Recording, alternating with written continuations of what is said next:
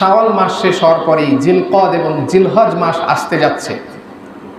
জিলহজ মাসের আগেই আমাদের সবাইকে হজ্জের প্রস্তুতি নিতে হবে। রাসূলুল্লাহ সাল্লাল্লাহু আলাইহি ওয়াসাল্লাম হাদিসের মধ্যে তিনি জানিয়ে দিলেন যে ইসলামের মৌলিক খুঁটি, মৌলিক স্তম্ভ কয়টি? সবাই বলেন কয়টি? 5টি স্তম্ভ। তার মধ্যে 4th নম্বর খুঁটি, 4th নম্বর স্তম্ভ হচ্ছে হজ। তাহলে এটি তো ফরজ বিধান, পাশাপাশি ইসলামের মৌলিক স্তম্ভের 4th স্তম্ভ। এই 5টি স্তম্ভ বাদে, এই 5টি খুঁটি বাদেও ইসলামে আরো অনেক ফরজ বিধান রয়েছে, কিন্তু এই 5টি হচ্ছে অত্যন্ত গুরুত্বপূর্ণ। মানে মূল ইসলামের মূল কাঠামো, মূল স্ট্রাকচার দাঁড়িয়ে রয়েছে এই 5 খুঁটির ওপর। তাহলে বুঝুন হজ কত একটি গুরুত্বপূর্ণ বিষয়। প্রিয় হাজরিন, তাহলে রাসূলুল্লাহর হাদিস থেকে আমরা প্রথম নম্বরে জানলাম যে হজ এর বিধান, হজ হচ্ছে ইসলামের যে মৌলিক 5টি খুঁটি তার মধ্যে 4th স্তম্ভ, 4th খুঁটি, এজন্য এর গুরুত্ব অপরিসীম। এরপরে হজ্জের বিধান যে আমাদের জন্য ফরজ করে দিয়েছেন আল্লাহ পাক, এটি কোরআনুল কারিমে এসেছে। কোরআনুল কারিমের ঘোষণা অনুযায়ী হজ হচ্ছে আমাদের জন্য ফরজ বিধান। কি বিধান? ফরজ বিধান। তবে সবার জন্য নয়। ছোট মাসুম বাচ্চা তাদের জন্য তো হজ নয়, এবং যারা অর্থনৈতিকভাবে অসচ্ছল তাদের জন্য হজ নয়। কাদের জন্য হজ ফরজ? আল্লাহ রাব্বুল আলামিন কোরআনুল কারীমের 3 নম্বর সূরা আলে ইমরানের 97 নং আয়াতে আল্লাহ রাব্বুল আলামিন বলে দিচ্ছেন, ওয়ালিল্লাহি আলান নাসি হিজ্জুল বাইতি মান ইসতাতা ইলাইহি সাবিলা ওয়া মান কাফারা ফাইন্নাল্লাহা গানিয়্যুন আনিল আলামিন। আল্লাহ রাব্বুল আলামিন সমগ্র মানব জাতির জন্য তিনি ঘোষণা করে দিলেন, হে মানুষেরা, তোমাদের জন্য বাইতুল্লাহ শরীফে আল্লাহর উদ্দেশ্যে হজ করা তাদের জন্য ফরজ। যারা বাইতুল্লাহ শরীফে যাতায়াতের খরচ রাখে, যাতায়াত করার সামর্থ্যবান, তাদের জন্য আল্লাহ পাক বাইতুল্লাহ শরীফে হজ করাকে ফরজ করে দিলেন এবং বললেন, তোমরা যদি এই বিধানকে অস্বীকার করো তাহলে জেনে রেখো আল্লাহ তাআলা দুনিয়ার সমস্ত মানুষ থেকে অমুখাপেক্ষী। সুবহানাল্লাহ।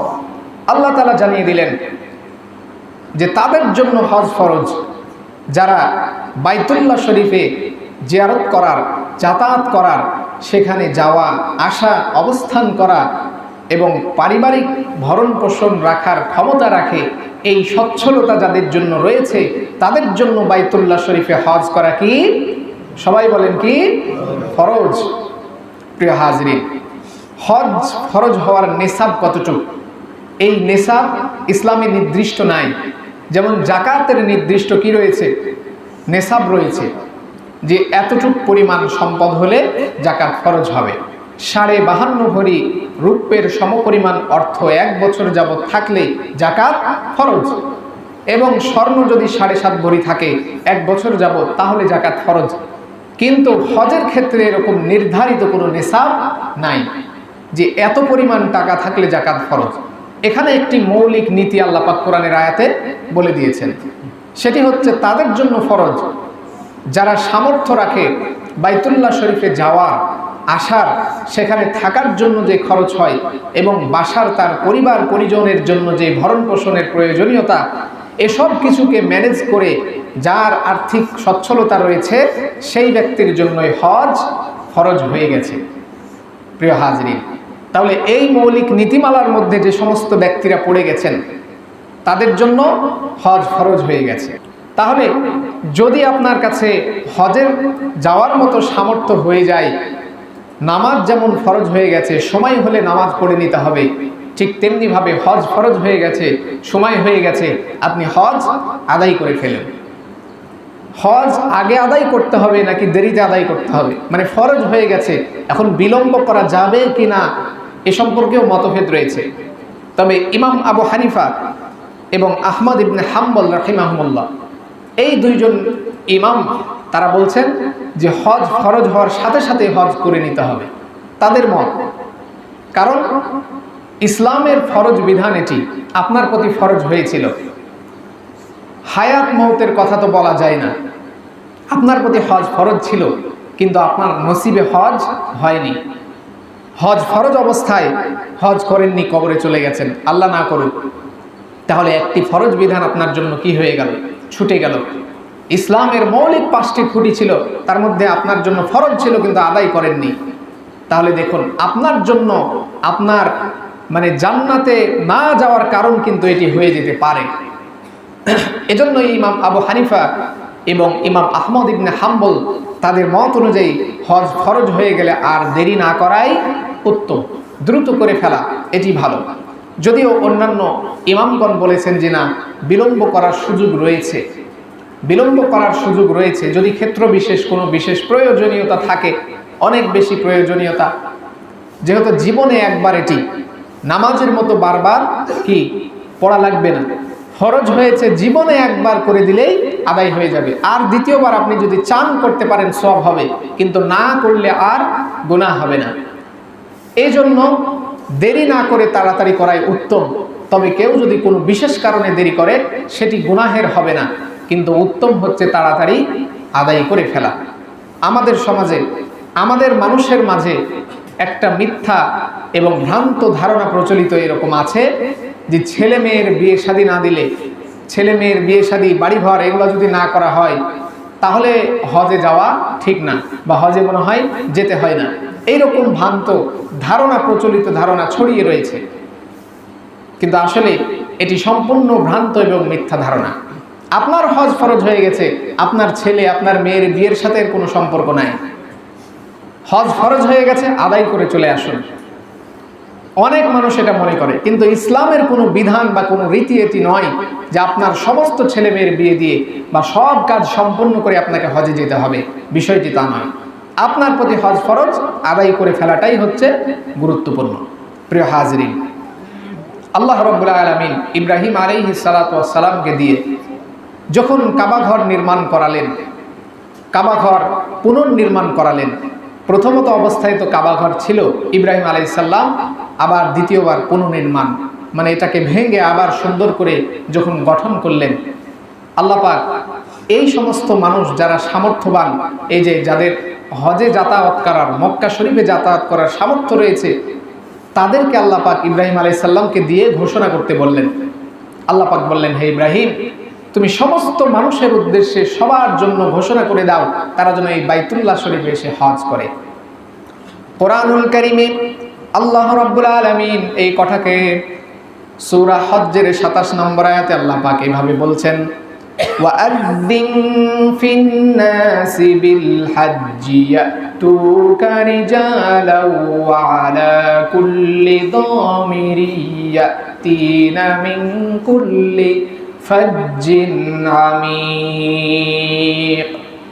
আল্লাহ রাব্বুল আলামিন ইব্রাহিম আলাইহিস সালাতু ওয়াস সালামকে উদ্দেশ্য করে বললেন, হে ইব্রাহিম, সমস্ত মানুষের জন্য এই হজ্জের ঘোষণা তুমি ছড়িয়ে দাও, এবং তারা এই হজ্জের ঘোষণা পেয়ে দূর দূরান্ত থেকে তারা পায়ে হেঁটে এবং দুর্বল উটের পিঠে আরোহণ করে এই ঘরে, আল্লাহর ঘরে তারা হজ আদায় করতে আসবে। সুবহানাল্লাহ। ইব্রাহিম আলাইহিস সালাম যখন এই ঘোষণা করবেন, আল্লাহ তাআলাকে বলছেন, হে আল্লাহ, আমি যে এই হজ্জের ঘোষণা দিব, কাদের উদ্দেশ্যে এই ঘোষণা দিব? তার কারণ এই এলাকায় কোনো মানুষ নাই, এই এলাকা মরুভূমি, জনমানবহীন এলাকা। কাদের উদ্দেশ্যে এই ঘোষণা দিব? কে এই ঘোষণা শুনবে? যখন ইব্রাহিম আলাইহিস সালাম এই কথা আল্লাহকে বললেন, আল্লাহ পাক বললেন, হে ইব্রাহিম, তোমার দায়িত্ব হচ্ছে শুধু ঘোষণা করা। তুমি এই হজ্জের ঘোষণা করে দাও, আমি পৃথিবীর সমস্ত মানুষের কর্ণকুহরে তোমার এই ঘোষণা পৌঁছে দিব, এটার দায়িত্ব আমার। সুবহানাল্লাহ। হাদিসের মধ্যে এসেছে, ইব্রাহিম আলাইহিস সালাম তখন আবু কুবাইস পাহাড়ের উপর উঠে কানের মধ্যে আঙ্গুল দিয়ে তিনি ঘোষণা করতে শুরু করলেন, হে মানুষেরা, তোমরা শোনো, তোমাদের জন্য আল্লাহ রাব্বুল আলামিন এই ঘর আমাকে দিয়ে নির্মাণ করিয়েছেন। আমি এই ঘর নির্মাণ করেছি, এখন আল্লাহ রাব্বুল আলামিন আমাকে এই ঘরে তোমাদের সবাইকে হজ করতে আসার জন্য আহ্বান করেছেন। আমি ঘোষণা করে দিলাম, তোমরা সামর্থ্যবান যারা ব্যক্তি রয়েছে তোমরা এই ঘরে হজ করবে, আল্লাহ পাক তোমাদের জন্য এটি ফরজ করে দিয়েছেন। হাদিসের মধ্যে এসেছে, যখন এই ঘোষণা দেওয়া হলো, আল্লাহ রাব্বুল আলামিন নিজ দায়িত্বে যখন ইব্রাহিম আলাইহিস সালাম ঘোষণা দিয়েছেন, ওই সময় যারা জীবিত ছিল সবার কর্ণকুহরে তিনি এই ঘোষণা পৌঁছে দিয়েছেন। এবং যারা বর্তমানে জীবিত রয়েছে এবং কিয়ামত পর্যন্ত ভবিষ্যতে যত মানুষ এই দুনিয়ার বুকে আসবে, সমস্ত মানুষের কর্ণকুহরে ইব্রাহিম আলাইহিস সালামের এই ঘোষণা তিনি পৌঁছে দিয়েছেন। আর যাদের জন্য হজ ফরজ হয়েছে, যাদের জন্য আল্লাহ পাক হজ কবুল করে নিয়েছেন, বাইতুল্লাহ শরীফে যাওয়াকে কবুল করে নিয়েছেন, তারা এই ঘোষণা শোনার পর তারা পড়েছে লাব্বাইক আল্লাহুম্মা লাব্বাইক, সুবহানাল্লাহ। হাদিসে এসেছে এটি যে আল্লাহ পাক বলছেন ঘোষণা করো, এটি তোমার দায়িত্ব। ইব্রাহিম আলাইহিস সালাম ঘোষণা করেছেন, আল্লাহ পাক সমস্ত মানুষের কর্ণকুহরে বলছেন পৌঁছে দিয়েছি।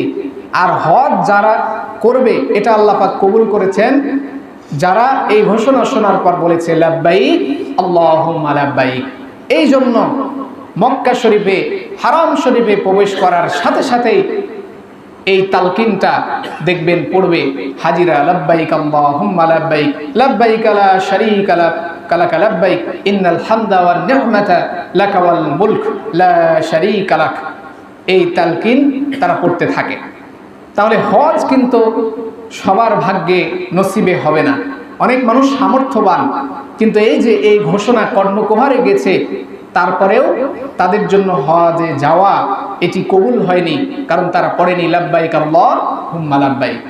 তারাই হজের জন্য সৌভাগ্যবান যারা এই ঘোষণা যখন আল্লাহ পাক পৌঁছে দিয়েছেন এবং পড়েছে লাব্বাইক আল্লাহুম্মা লাব্বাইক। এজন্য প্রিয় হাজিরিন, তাহলে সৌভাগ্যবানদেরকে আল্লাহ পাক কবুল করবেন। অনেক মানুষ অর্থ নিয়ে, করে নিয়ে, টাকা পয়সা নিয়ে দুনিয়া ত্যাগ করবে, কিন্তু দেখবেন হজ করে দুনিয়া ত্যাগ করবে না। এদের জন্য সৌভাগ্য নয়, দুর্ভাগ্যের মৃত্যু এদের জন্য হবে। হজ করলে কি সওয়াব হবে? একটি কবুল হজের সওয়াব বিশ্বনবী হাদিসের মধ্যে বলেছেন, সহিহ বুখারী এবং মুসলিমে বিশ্বনবী বলছেন, মান হাজ্জা ফালাম ইয়ারফুস ওয়ালাম ইয়াফসুক রাজাআ কায়াউমি হাদা ওয়ালাদাতুহু উম্মু। বিশ্বনবী বলছেন, যে ব্যক্তি হজ ফরজ হলো এবং হজ করলো, হজে গিয়ে কোনো অশ্লীল কাজ করলো না, কোনো খারাপ কাজের মধ্যে জড়িত হলো না, সম্পূর্ণভাবে হজের কাজ সমাধান করলো, আল্লাহ পাক তাকে এমনভাবে নিষ্পাপ করবেন যেদিন তার মা তাকে প্রসব করেছিল সেই দিন যেমন নিষ্পাপ হয়েছেন, ঠিক হজ করার পর আল্লাহ পাক তাকে সেই রকম নিষ্পাপ বানিয়ে দিবেন। সুবহানাল্লাহ। তাহলে কবুল হজের একটি কবুল হজের সওয়াব হচ্ছে এটি। অতএব এই বিধান আমাদের জন্য, যাদের জন্য ফরজ হয়ে গেছে, অবশ্যই আমাদের কি করতে হবে? আদায় করার নিয়ত করে ফেলতে হবে। সম্মানিত হাজিরিন, আমাদের সামনে হজের মাস আসতে যাচ্ছে, এজন্য আমরা আজকের এই আলোচনার মাধ্যম দিয়ে আপনাদের স্মরণ করালাম যে সামনেই আমাদের জিলকদ, এরপরে জিলহজ মাস চলে আসছে। এজন্য যারা সামর্থ্যবান, যাদের জন্য হজ ফরজ হয়ে গেছে, তারা নিয়ত করে ফেলুন মৃত্যুর আগে যেন কাবা শরীফ, মদিনা মুনাওয়ারা, বিশ্বনবীর এই সমস্ত এলাকা, আল্লাহ রসুলের এলাকা, এই সব মসজিদে হারাম, মসজিদে নববী দেখে জিয়ারত করে যেন মরতে পারেন, এই নিয়ত আমাদের সবার থাকার দরকার আছে না নাই? আল্লাহ পাক আমাদের সকলকে একবার হলেও কাবা শরীফ ভ্রমণ করার তৌফিক দিন। সকলে পড়ি আল্লাহুম্মা আমিন। আসসালামু আলাইকুম ওয়া রাহমাতুল্লাহ।